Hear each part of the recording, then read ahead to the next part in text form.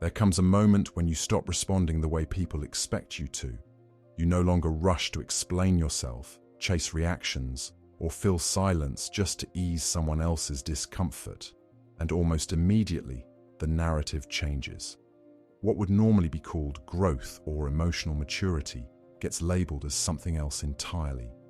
People don't say you've become grounded, they say you've become cold. But detachment isn't emotional distance. It's clarity, it's self-control.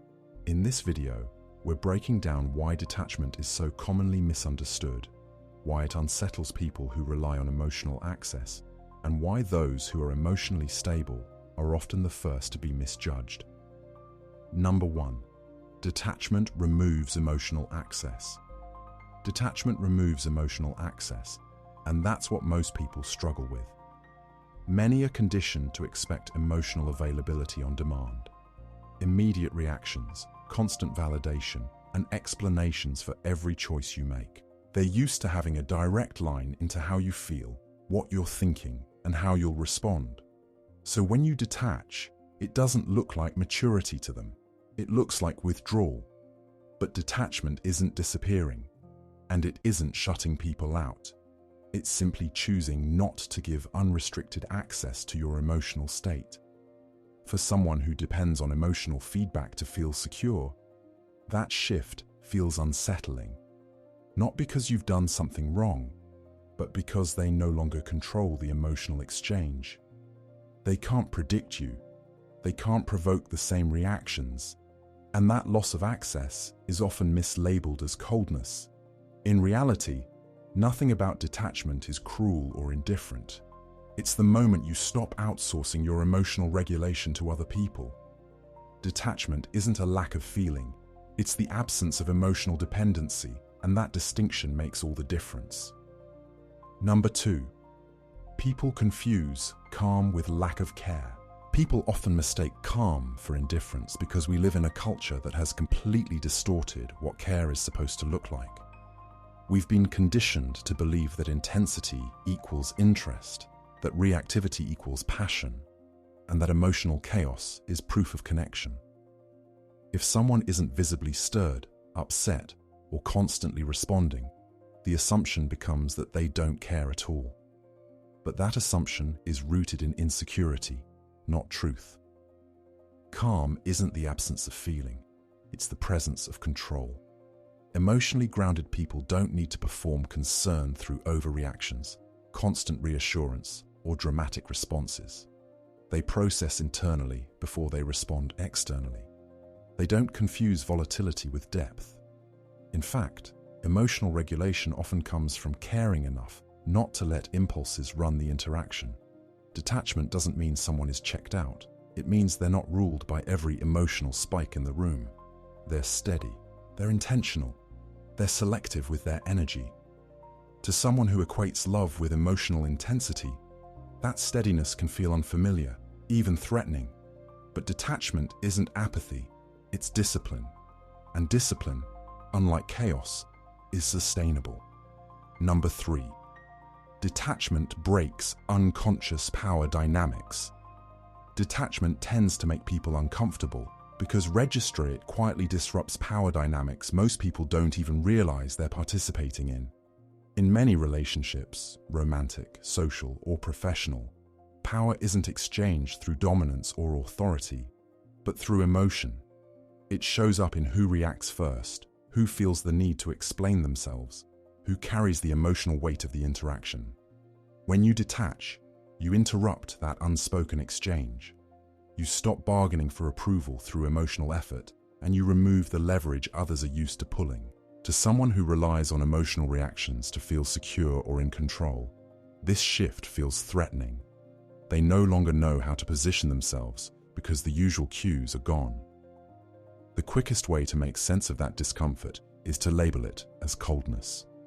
Not because you've withdrawn or become distant, but because you're no longer predictable. You're no longer feeding the dynamic that allowed them to measure their influence. Detachment doesn't create distance. It exposes it. And for people who depended on emotional access to maintain control, that exposure feels like a loss of power. Number 4. Most people need emotional mirroring. Most people don't actually understand their own emotional state unless someone else reflects it back to them. They rely on external reactions to validate what they're feeling, reassurance to stabilize it, and emotional cues from others to tell them how intense their response should be. In other words, their sense of emotional certainty depends on feedback. So when you detach, something subtle but powerful happens. You stop mirroring their energy. You don't escalate when they escalate, and you don't panic when they panic. You remain steady, and that steadiness creates discomfort, not because you're doing something wrong, but because the emotional feedback loop has been interrupted. Now they're forced to sit alone with their own emotions without someone else absorbing, regulating, or reflecting them back. To someone who relies on emotional mirroring for stability, this feels unsettling, even threatening, and instead of recognizing it as emotional maturity, they label it coldness. But detachment isn't emotional distance or lack of care. It's discernment. It's knowing which emotions are yours to carry and which ones aren't. Refusing to absorb what doesn't belong to you isn't coldness. It's self-respect. Number 5. Detachment. Signals. Self-sufficiency. Nothing reveals emotional dependency faster than encountering someone who doesn't need external validation to feel grounded.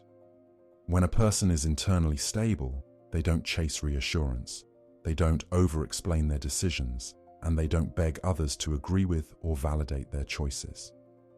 This quiet self-sufficiency often unsettles people because it removes a familiar emotional exchange they've come to rely on. Instead of interpreting it as strength, many label it as arrogance, distance, or emotional coldness. But detachment isn't indifference. It's the product of internal security. A detached person isn't withholding emotion out of fear or bitterness. They simply aren't dependent on constant feedback to regulate how they feel. They move from a place of self-trust rather than emotional negotiation. When you don't need someone to approve of your actions, you stop performing for acceptance. And that shift can be deeply uncomfortable for those who rely on emotional leverage to feel important or in control. The truth is, detachment doesn't mean you care less. It means you're no longer fragmented. You're not cold, you're complete. Detachment is one of the most misunderstood traits in modern life. Most people assume it pushes others away, when in reality, it does the opposite. It filters them. Those who rely on your emotional reactions will interpret your calm as coldness, while those who respect boundaries will recognize it as strength. You are not obligated to provide constant access, endless explanations, or emotional responses on demand. Detachment isn't about disengaging from life or becoming indifferent. It's about choosing inner stability over emotional performance. And once you understand this distinction, being misunderstood no longer feels like a problem. It feels like clarity.